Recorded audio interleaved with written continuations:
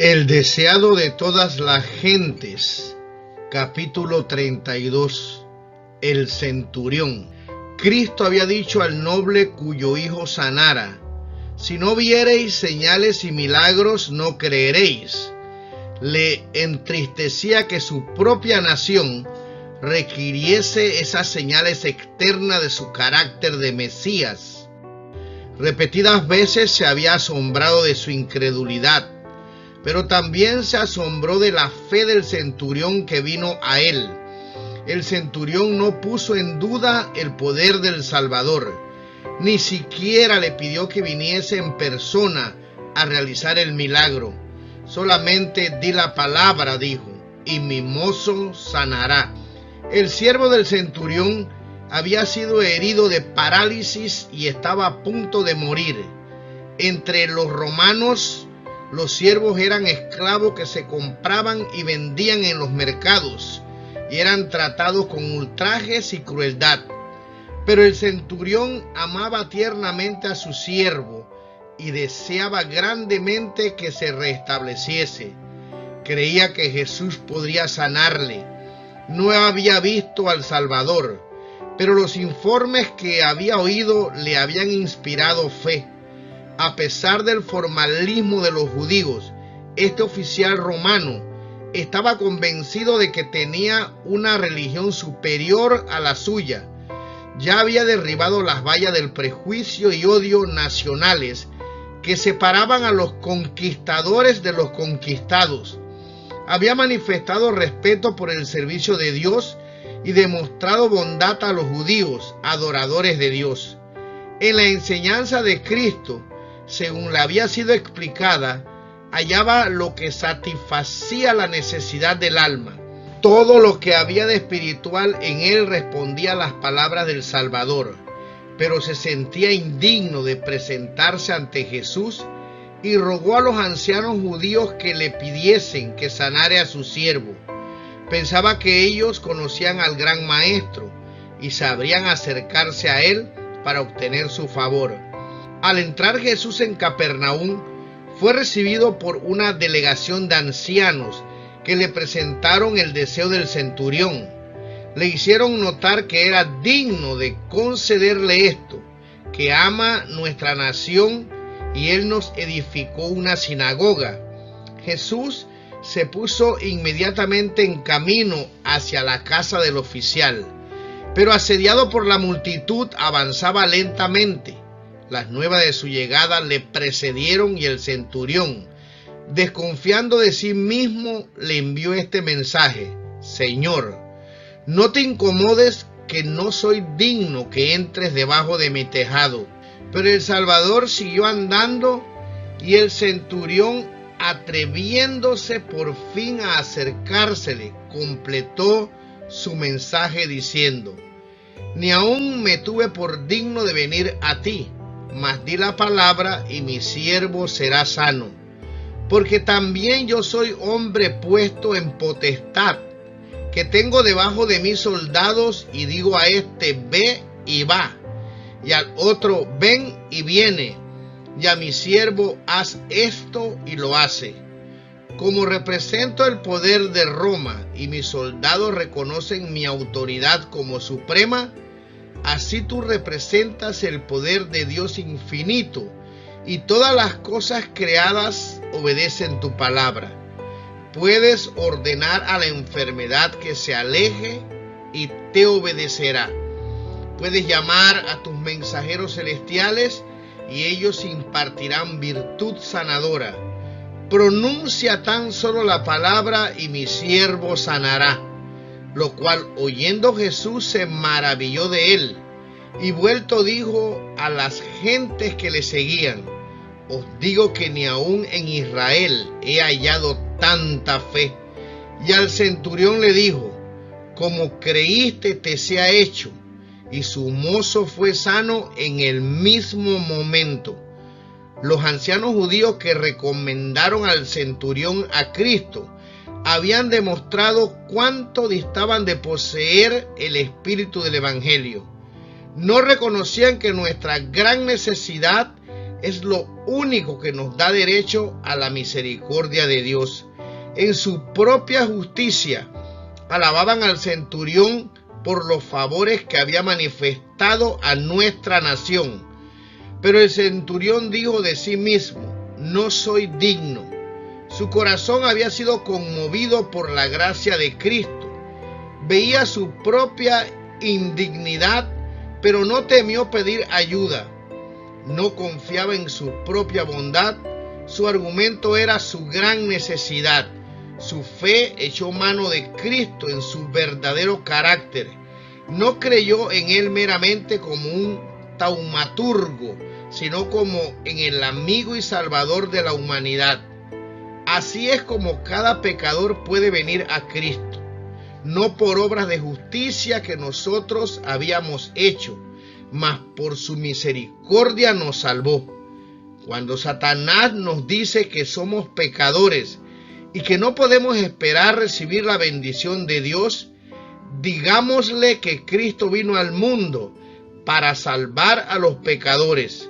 No tenemos nada que nos recomiende a Dios, pero la súplica que podemos presentar ahora y siempre es la que se basa en nuestra falta absoluta de fuerza, la cual hace de su poder redentor una necesidad. Renunciando a toda dependencia de nosotros mismos, podemos mirar la cruz del Calvario y decir: ningún otro asilo hay, indefenso acudo a ti. Desde la niñez, los judíos habían recibido instrucciones acerca de la obra del Mesías.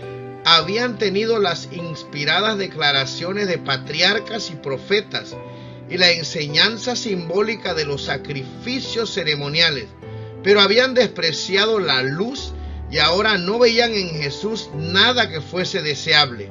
Pero el centurión, nacido en el paganismo y educado en la idolatría de la Roma imperial, adiestrado como soldado y aparentemente separado de la vida espiritual por su educación y ambiente, y aún más por el fanatismo de los judíos y el desprecio de sus propios compatriotas para con el pueblo de Israel, percibió la verdad a la cual los hijos de Abraham eran ciegos. No aguardó para ver si los judíos mismos recibirían a aquel que declaraba ser su Mesías. Al resplandecer sobre él la luz verdadera que alumbra a todo hombre que viene a este mundo, aunque se hallaba lejos, había discernido la gloria del Hijo de Dios. Para Jesús, ello era una prenda de la obra que el Evangelio iba a cumplir entre los gentiles. Con gozo miró anticipadamente a la congregación de almas de todas las naciones en su reino. Con profunda tristeza describió a los judíos lo que les acarrearía el rechazar la gracia. Os digo que vendrán muchos del oriente y del occidente, y se sentarán con Abraham e Isaac y Jacob en el reino de los cielos. Mas los hijos del reino serán echados a las tinieblas de afuera. Allí será el lloro y el crujir de dientes. Oh, cuántos hay que se están preparando la misma fatal desilusión. Mientras las almas que estaban en las tinieblas del paganismo aceptan su gracia, ¿cuántos hay en los países cristianos sobre los cuales la luz resplandece solamente para ser rechazada? A unos 30 kilómetros de Capernaum, en una altiplanicie que dominaba la ancha y hermosa llanura de Esdraelón, se hallaba la aldea de Naín, hacia la cual Jesús encaminó luego sus pasos. Le acompañaban muchos de sus discípulos con otras personas, y a lo largo de todo el camino la gente acudía, deseosa de oír sus palabras de amor y compasión, trayéndole sus enfermos para que los sanase, y siempre con la esperanza de que el que ejercía tan maravilloso poder se declararía Rey de Israel. Una multitud que le rodeaba a cada paso, pero era una muchedumbre alegre y llena de expectativa la que le seguía por la senda pedregosa que llevaba hacia las puertas de la aldea montañesa. Mientras se acercaban, vieron venir hacia ellos un cortejo fúnebre que salía de las puertas. A paso lento y triste, se encaminaban hacia el cementerio. En un féretro abierto, llevado al frente, se hallaba el cuerpo del muerto, y en derredor de él estaban las plañideras que llenaban el aire con sus llantos. Todos los habitantes del pueblo parecían haberse reunido para demostrar su respeto al muerto y su simpatía hacia sus afligidos deudos. Era una escena propia para despertar simpatía. El muerto era el hijo unigénito de su madre viuda. La solitaria doliente iba siguiendo a la sepultura, a su único apoyo y consuelo terrenal. Y como el Señor la vio, compadecióse de ella, mientras ella seguía ciegamente llorando. Sin notar su presencia, Él se acercó a ella y amablemente le dijo: no llores.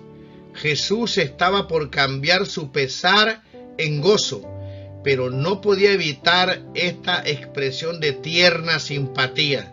Y acercándose tocó el féretro. Ni aun el contacto con la muerte podía contaminarle. Los portadores se pararon y cesaron los lamentos de las plañideras.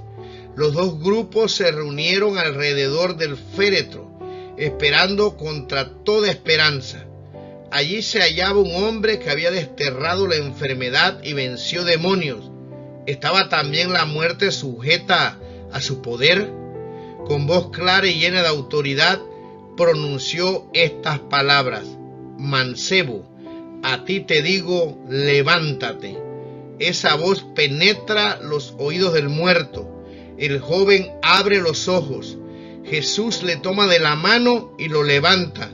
Su mirada se posa sobre la que estaba llorando junto a él, y madre e hijo se unen en un largo, estrecho y gozoso abrazo.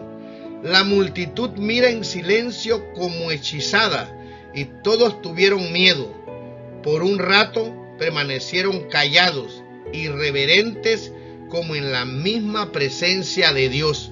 Luego glorificaron a Dios diciendo que un gran profeta se había levantado entre nosotros y que Dios ha visitado a su pueblo. El cortejo fúnebre volvió a Naín como una procesión triunfal, y salió esta fama de él por toda Judea y por toda la tierra de alrededor. El que estuvo al lado de la apesadumbrada madre cerca de la puerta de Naín vela con toda persona que llora junto a un ataúd. Se conmueve de simpatía por nuestro pesar. Su corazón, que amó y se compadeció, es un corazón de invariable ternura. Su palabra, que resucitó a los muertos, no es menos eficaz ahora que cuando se dirigió al joven de Naín. Él dice: toda potestad me es dada en el cielo y en la tierra. Ese poder no ha sido disminuido por el transcurso de los años, ni agotado por la incesante actividad de su rebosante gracia. Para todos los que creen en Él, es todavía un Salvador viviente. Jesús cambió el pesar de la madre en gozo cuando le devolvió su hijo. Sin embargo, el joven no fue sino restaurado a esta vida terrenal para soportar sus tristezas, sus afanes, sus peligros, y para volver a caer bajo el poder de la muerte. Pero Jesús consuela nuestra tristeza por los muertos con un mensaje de esperanza infinita. Yo soy el que vivo, y he sido muerto, y he aquí que vivo por los siglos de los siglos, y tengo las llaves del infierno y de la muerte. Así que por cuanto los hijos participaron de carne y sangre, Él también participó de lo mismo, para destruir por la muerte al que tenía el imperio de la muerte, es a saber, al diablo, y librar a los que por el temor de la muerte estaban por toda la vida sujetos a servidumbre. Satanás no puede retener los muertos en su poder cuando el Hijo de Dios le ordena que vivan. No puede retener en la muerte espiritual a una sola alma que con fe reciba la palabra de poder de Cristo. Dios dice a todos los que están muertos en el pecado: despiértate tú que duermes y levántate de los muertos. Esa palabra es vida eterna, como la palabra de Dios que ordenó al primer hombre que viviera. Sigue dándonos vida, como la palabra de Cristo: mancebo, a ti te digo, levántate.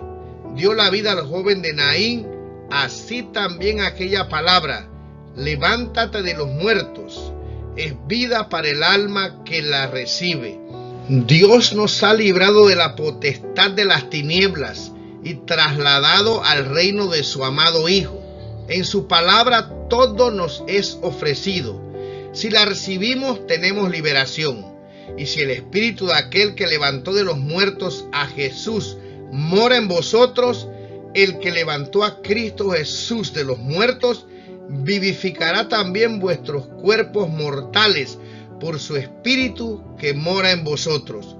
Porque el mismo Señor, con aclamación, con voz de arcángel y con trompeta de Dios, descenderá del cielo, y los muertos en Cristo resucitarán primero. Luego nosotros, los que vivimos, los que quedamos, juntamente con ellos, seremos arrebatados en las nubes a recibir al Señor en el aire, y así estaremos siempre con el Señor.